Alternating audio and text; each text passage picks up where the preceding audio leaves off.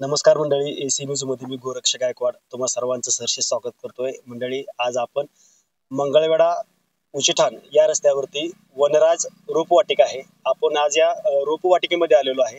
खरं तर ही रोपवाटिका गेल्या 5-6 वर्षापासून या परिसरातील शेतकऱ्यांच्या सेवेमध्ये काम करत आहे. उत्कृष्ट क्वालिटीची रोप, चांगला दर्जा हे या रोपवाटिकेचं वैशिष्ट्य आहे.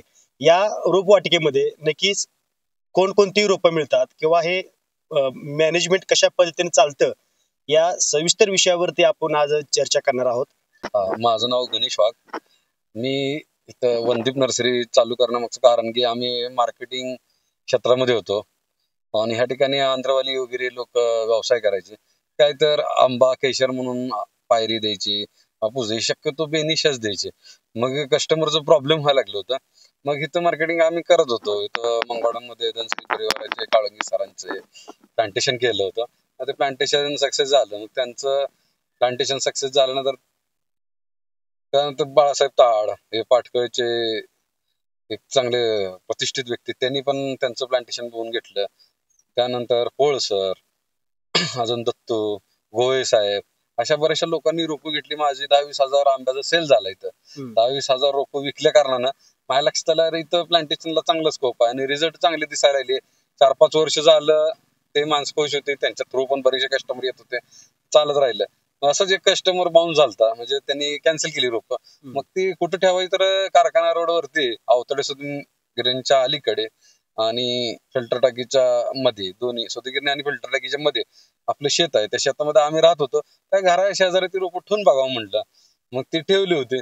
मग आता त्याच्याबरोबर काही काही जण गुलाब मागायला लागली. मग ते थोडं थोडं गुलाब आणलं, मोगरा, जास्वंद अशी वेगवेगळी.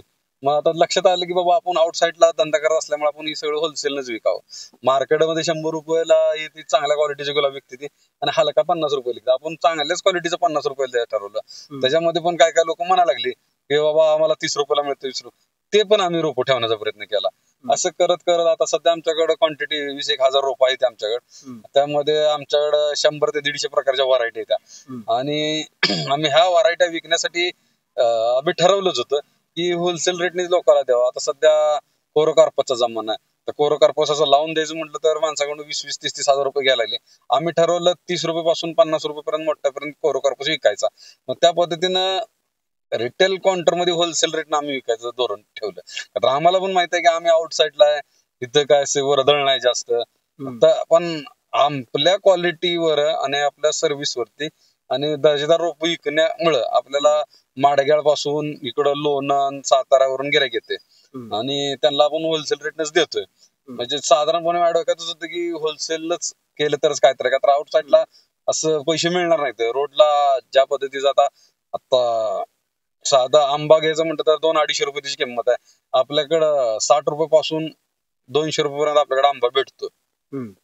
नारळ आता ग्रीन डॉर्प, बानोलीच नारळ ग्रीन डॉर्प म्हणून विकत होते.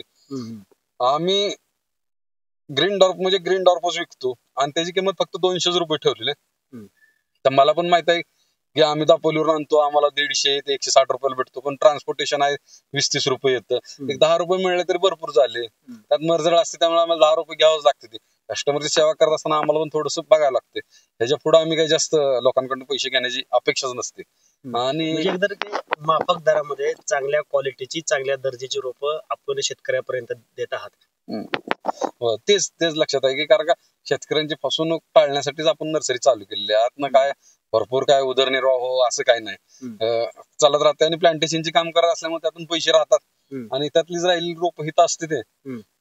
आणि कोणाची ऑर्डर असेल तर इथं आणून ठेवतो आणि इथल्या लोकांशी फक्त काहीतरी मिळत राहावं. आता माझ्याकडे आता सध्या सीताफळाची रोप होती मध्ये, आम्ही 30 रुपयानेच विकतो. आता सध्या नाहीत माझ्याकडे, पण होते त्यावेळेस 30 रुपयाने विकत होतो. हे असं असतं. आणि मार्केटमध्ये काय चाललंय, काय लोकांना लागतंय तर ते आपण अवेलेबल करतो लोकांच्या गरजेनुसार. एक प्रकारची नर्सरी नसून एक प्रकारची ऑर्डर घ्यायची केंद्रच उभा केले. बरोबर. ही नर्सरी म्हणायला नर्सरी पण ऍक्च्युअली इथं ऑर्डरच घेतल्या जाते. बरोबर. म्हणजे ज्याची आवश्यकता आहे तुम्हाला संपर्क केलाय की लगेच उपलब्ध करून देण्याचं काम तुमचं पुढलं. मार्केटपेक्षा 1-2% आम्ही कमिशन घेतो आणि विकून टाकतो. 2% लागते कारण का ट्रान्सपोर्टेशन आहे, ते आमच्या स्किलवर आहे. आणि तुम्हाला कोणाकडे आणलं ही महत्वाचं नसून तुम्ही आमच्याकडे घेतले, तुम्ही किटकिट होती ना कस्टमरची, त्यासाठी आपण त्याचं जबाबदारी घेऊन त्याला मोजून रोप देतो. गॅरंटेड. आणि गॅरंटी म्हणण्यापेक्षा जी तुम्ही जात सांगितलंय त्या जातीचं रोप देण्याची गॅरंटी, जगवण्यावर नाही कस्टमरची गॅरंटी राहते. असं आम्ही नाही म्हणत की आमचं रोप मारणारच नाही, ते जपवणूक ही शेतकऱ्यांनीच करायची असते. आम्ही त्यांना जातीवंत रोप देण्याची हमी देतो, त्याचं बिलिंग पण आम्ही देतो. त्यासाठी आपल्याला बिलिंग वर मिळतं. बिलिंग देण्याची आपण व्यवस्था करतो. का तर आता आपण दापोलीवरून ती रोप आणताना त्या माणसाच्या नावावरच आपण ती रोपाची खरेदी केलेली असते. मग ते बिल तुम्ही शासकीय अधिकाऱ्याला दाखवून तुम्ही घेऊ शकताय. आता सध्या इन्व्हेस्टमेंट करून ते बिल दाखवून तुमच्या कोणत्याही अधिकाऱ्याकडनं घेऊ शकताय. काळजी म्हणजे सगळ्यात पहिल्यांदा आहे ना, आपण कस्टमरला इतर नर्सरीवाल्यासारखं नाही सांगत की आमचं म्हणणं की खड्डा तुम्ही 2x2चा जर घेतला तर त्यामध्ये 1 किलो सिंगल सुपर फॉस्फेट आपण टाकायलाच लावतो आणि थायमिट्स एवढंच वापरायला लावतो आणि 1 पाटी शेणखत आणि निंबोळी पेंटचा वापर करा. शक्यतो आपल्या डोक्यात असतं की शेतकऱ्यांनी सेंद्रिय पद्धतीच करत राहावं. आता तुम्ही आता आमच्याकडे रोप जी नेले तर ती 50 रुपये 60 रुपये 1000 रुपये असे घेत राहते ते. मग त्यांनी डोक्यात ठेवलं पाहिजे की शक्यतो सेंद्रिय आपण खावावं. सेंद्रियसाठी इथं होळसर म्हणलं त्यांची एक मस्तपैकी निंबोळी पेंटची फॅक्टरी आहे, तिथं तुम्हाला ओरिजिनल निंबोळी मिळते, तिथं निंबोळी तेल भेटतं. आम्ही त्यांचंच पत्ते सांगतो, माझ्या जी परिचयाची माणसं त्यांची पत्ते सांगतो आणि सेंद्रिय पद्धतीने त्यांनी करावं. माझी अपेक्षा असते. शेवटी आपल्याकडे रोप घेतलेलं असते, ते कस्टमरने कसं करायचं मग आता ते आमच्या हातात नाहीये. जगात त्यांनी तुम्ही सांगितल्यानुसार जर केलं तर काय फरक पडेल? पडेल की, कारण का रोपाची आयुष्यमान वाढतंय सेंद्रियनं. आणि तुम्ही कर्टल वगैरे वापरून आंब्याचं उत्पन्न भरघोस घेऊ शकताय. पण जो आंबा 50 100 60 वर्ष जगण्याचा असतंय ते 20-25 वर्षात मरवा, त्याचं आयुष्यमान कमी होत असतं. ते आम्ही कस्टमरला सांगतो. कस्टमर किती ऐकायचं काय नाही ते कस्टमरच्या हातात आहे. सध्या आपल्या रोप वाटिकेमध्ये कोणकोणती रोप उपलब्ध आहेत? आमच्याकडे आंबा, नारळ, पेरू, सीताफळ थोड्या प्रमाणात आहे आणि आवळा, चिंच, अजून म्हटलं तर नारळ आहे. आंब्याच्या व्हरायटी आपण बऱ्यापैकी कव्हर करतो. दशेरी, केशर, हापूस, पायरी, नीलम, तोतापुरी. बेनिशा आपण विकत नाही, का त्या आंध्राची व्हरायटी आहे, त्याच्यामध्ये बरीचशे रोगराई शेतीत वाढण्याची शक्यता असते. त्यामुळे आपण त्या आणत नाही आंध्रावरून रोप. नाहीतर आम्ही ते पण दिलंच असतं. पण त्या आंध्रावाल्यांच्या रोपामध्ये थोडस येतो रोग. आता परप्रांतीची आम्ही रोप शक्यतो विकत नाही.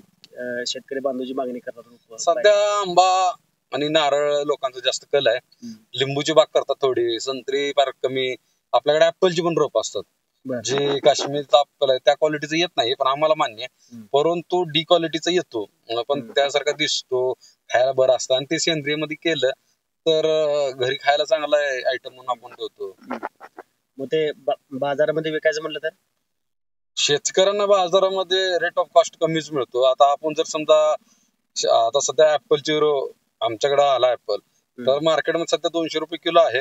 शेतकऱ्यांकडे आता बाजार समित्या विक्रेता असतात 50-50% अमाऊंटवर घेतलं जातं. आता आपण आंबा खात होतो, आंबा आपण घेतो मग 150 रुपये न किलो घेतला यावर्षी, पण शेतकऱ्या 70-75 रुपये जाऊ शकतो, म्हणजे अर्धीच किंमत मिळते.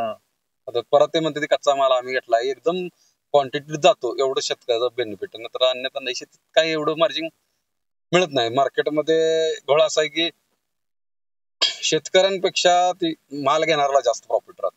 आता ते आम्ही काही करू शकत नाही त्याला. तुम्ही शेती करायची, पण जो बागवान आहे, जो कोण तुमचं घेणार आहे त्यालाच बेनिफिट राहत. मग अशा वेळी शेतकऱ्याने याला पर्याय व्यवस्था काय केली पाहिजे? स्वतः मार्केटिंग करावी, स्वतः विकण्याचा प्रयत्न करावा. 50% तर माल स्वतः विकावा, त्यात त्याला भरपूर पैसे मिळतील, डबल मिळतील पैसे. आणि बाकीचा माल मग राहिलेला द्यावा मग बागवानाला किंवा आडतीला, कुठे जास्तीत जास्त माल हा शेतकऱ्यांनी स्वतः विकला पाहिजे. स्वतः विकावा. स्वतः विक्री जास्त केली तर शेतकऱ्याला चांगला पद्धतीने फायदा होणार आहे. आता जी सध्या स्पर्धा चालू आहे रोपवाटिकेमध्ये, काय वाटतं स्पर्धेबद्दल? स्पर्धा भरपूर आहे, पण आम्ही स्पर्धा म्हणून बघितलंच नाही नर्सरी व्यवसायाला. का तर नर्सरी व्यवसाय म्हणून एक सेवाभाव म्हणूनच करतोय. त्यामुळं आम्ही विचारच करणार तो माणूस किती विकतो, काय विकतो. आमच्या डोक्यात एकच आहे की शेतकऱ्यांचा कसा फायदा होईल हेच डोक्यात आहे. आपल्या आउटसाईडला नर्सरी आहे, ह्याला 1 रुपया भाडं नाही, स्वतःची जागा आहे, तिथंच पाणी आहे, शेतीच्या लाईट बिल येते, त्यातच हे करतोय, शेती पंपाच्या याच्यावरच करतोय ना आपण. आता त्यासाठी आता कनेक्शन घेतले त्याचं काय 1000 रुपये लाईट बिल येते. का तर 1 तासभरच मोटर चालते, 1000च लाईट बिल येते, 1000च लाईट बिल धरा. ह्या वर्षी ह्या महिन्यातच एवढं 2000 आलं, पण इतर वेळेस 1000च लाईट बिल येते. साधारणपणे 25,000 लाईट बिल येतं, बाकी काहीच खर्च नाही. म्हणजे आपल्या रोपवाटिकेमध्ये अगदी कमी खर्चामध्ये आपण रोपाचं संगोपन करताय, त्यामुळे शेतकऱ्यांना पण कमी खर्चामध्ये रोप द्यायला आपल्याला परवडतं आणि शेतकऱ्यालाही त्यांचे 2 रुपये वाचू शकतात, त्यांचा फायदा नक्की होतोय आणि दर्जेदार क्वालिटीची रोप असल्यामुळं शेतकऱ्यांना संगोपन करायला सुद्धा सोपं जाते. दर्जेदार क्वालिटीचे आहेत आणि असं मी म्हणण्यापेक्षा इथं मार्केटमध्ये आपण एक 50-60 एक प्लांटेशन केले ते. मी कस्टमरला सांगतो ह्यांचं जाऊन बघून या, त्यांचं जाऊन बघून या, तरच करा. का तर आता नर्सरी तर 5 वर्ष चालू असली तर त्याच्या आधीपासून आम्ही नर्सरीच्या मार्केटिंग सेक्टर मध्ये असल्यामुळं आमचं 10-15 वर्षात भरपूर काम आहे. आणि ह्या नर्सरीतनं पण जी रोपं दिले ते जर रिझल्ट जाऊन बघा म्हणून सांगत असतं कस्टमरला, तरच आम्ही घ्या. आमचं असं नाहीये की फोटो दाखवून ते आंध्रवाले सर करत नाही आपण काम.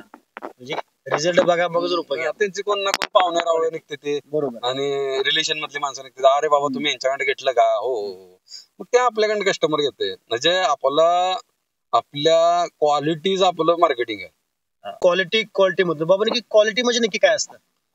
क्वालिटी म्हणजे नक्की काहीच नसतं. क्वालिटी म्हणजे काहीच नसतं. क्वालिटी म्हणजे फक्त एकच आहे की जेन्युइन रोप देणे. म्हणजे आता केशर मागितलं तर केशरच देणे, त्यामध्ये काहीतरी मिश्रित न देणे, त्याला रोगराई नसणारं रोप देणे, म्हणजे गुड कंडिशन मध्ये रोप विकणे, ह्याला क्वालिटी म्हणायचं. नाहीतर रोप सगळ्यांकडे असतात क्वालिटीचे, पण कुठं तर मिलीबर्ग आलेलं असतंय, कुठं काय झालेलं असतंय, काय झाडाला बुरशी आलेली असते, ते झाड आपण कडला काढून ठेवतो आणि दुसरी चांगलं आहे ते विकतो आणि ते नंतर त्याला कवर झाल्यानंतर ते पण झाड विकतोच, पण ते सुदृढ करून विकतो.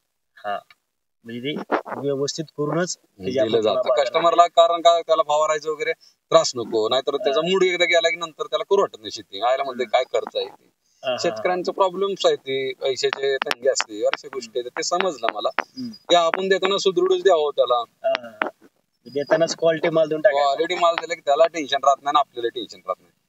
आता गुलाबाया बाबतीत म्हटलं तर आपल्याकडे ना जवळपास 25-26 कलर असतात एनी टाइम, आणि त्याच्यावरती जरा फोकस आहे माझा. आणि आता सध्या लोक बऱ्यापैकी डेकोरेशन करायला येते, पाम मधल्या रोप, areca palm, crystal palm, bottle palm. मग आता ते मार्केटमध्ये 2000, 2500, 500, 600, आपल्याकडे 80 रुपयापासून पामची रोप आहे. फायकस आहे, हे आहे ते, त्यामध्ये फायकस मध्ये बराचसा प्रकार आहे, हे देखील आपण 50-60-100 रुपये रेट मध्ये जिंकतोय. त्या माणसाला करायला बरं वाटावं. दुरांडा 10-15 रुपयाला दुरांडा देतोय चांगल्या क्वालिटीचा. दुरांडाचा मला माहिती जुनी क्वालिटी झाली, पण आपण काही लोक मागतात तर आपण आणून ठेवलाय. मला रूप मिळलं नाही असं वाटू नये, त्यासाठी व्हरायटी ठेवली, सर्व व्हरायटी उपलब्ध करून दिली.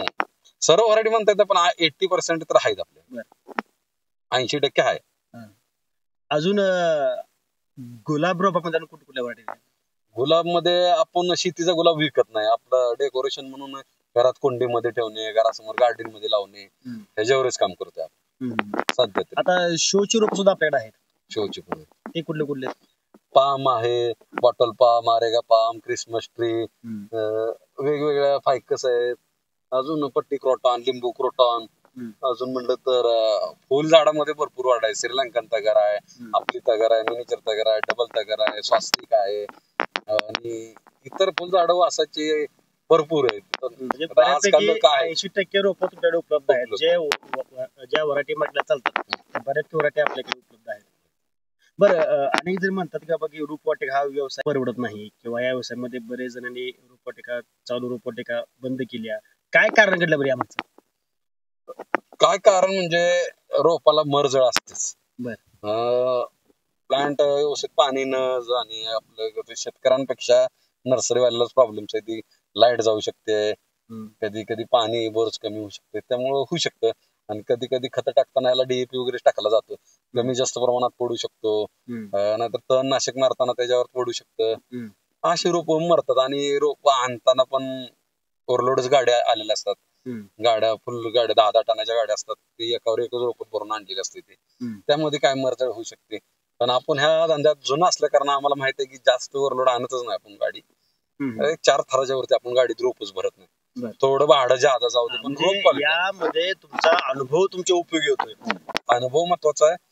आणि दुसरी गोष्ट हा जरा व्यवसाय शेतीमध्येच मोडत असल्यामुळे थोडी रिस्क आहे. थोडी रिस्क आहे थोडी. का तर कधी कधी दुष्काळ पडला, तुम्ही आणले 5-25 लाखाची रोपं, 10 लाखाची रोपं, काय XYZ तुमच्या बजेटच्या हिशोबानं दुष्काळ पडला तर रोपं हलू शकत नाही ती, आणि ते तुमचे वातावरणात पण थोड्या गोष्टी अवलंबून आहेत. तर तुमची कॅपॅसिटी पाहिजे वर्षभर ती रोपं सांभाळायची. म्हणजे उद्योजक या नात्यानं आपली तेवढी कॅपॅसिटी पाहिजे. पण बऱ्यापैकी प्रॉब्लेम असा होतो की नर्सरीमध्ये रोपं आणली असते, 1-2 महिने गिऱ्हाईक नाही झाला, नवीन माणूस घाबरतो आणि ती रोपं आलेल्या किमतीपेक्षा अर्ध्या किमतीने विकतो. मग तो नुकसान करून स्वतःच घेतो. हा, आता मला विचारत होते की आता एक हा व्यवसाय समजा एखाद्याला चालू करायचा आहे, पण त्यांनी कशा पद्धतीने काम करावं? सुरुवात हळूहळूच करावी, आणि लोकांना तुम्ही दर्जेदार रोप विकत असाल आणि तुम्हाला तेच कस्टमर परत रिटर्न कस्टमर करू शकते. दुसरा माणूस नाहीये, तुमची क्वालिटी आहे मग सगळं कराय, म्हणून तू कोणाला तर ती लावली पाहिजे, ती त्या माणसानं चांगला म्हणलं तरच तुम्हाला कस्टमर आहे, अन्यथा नाही.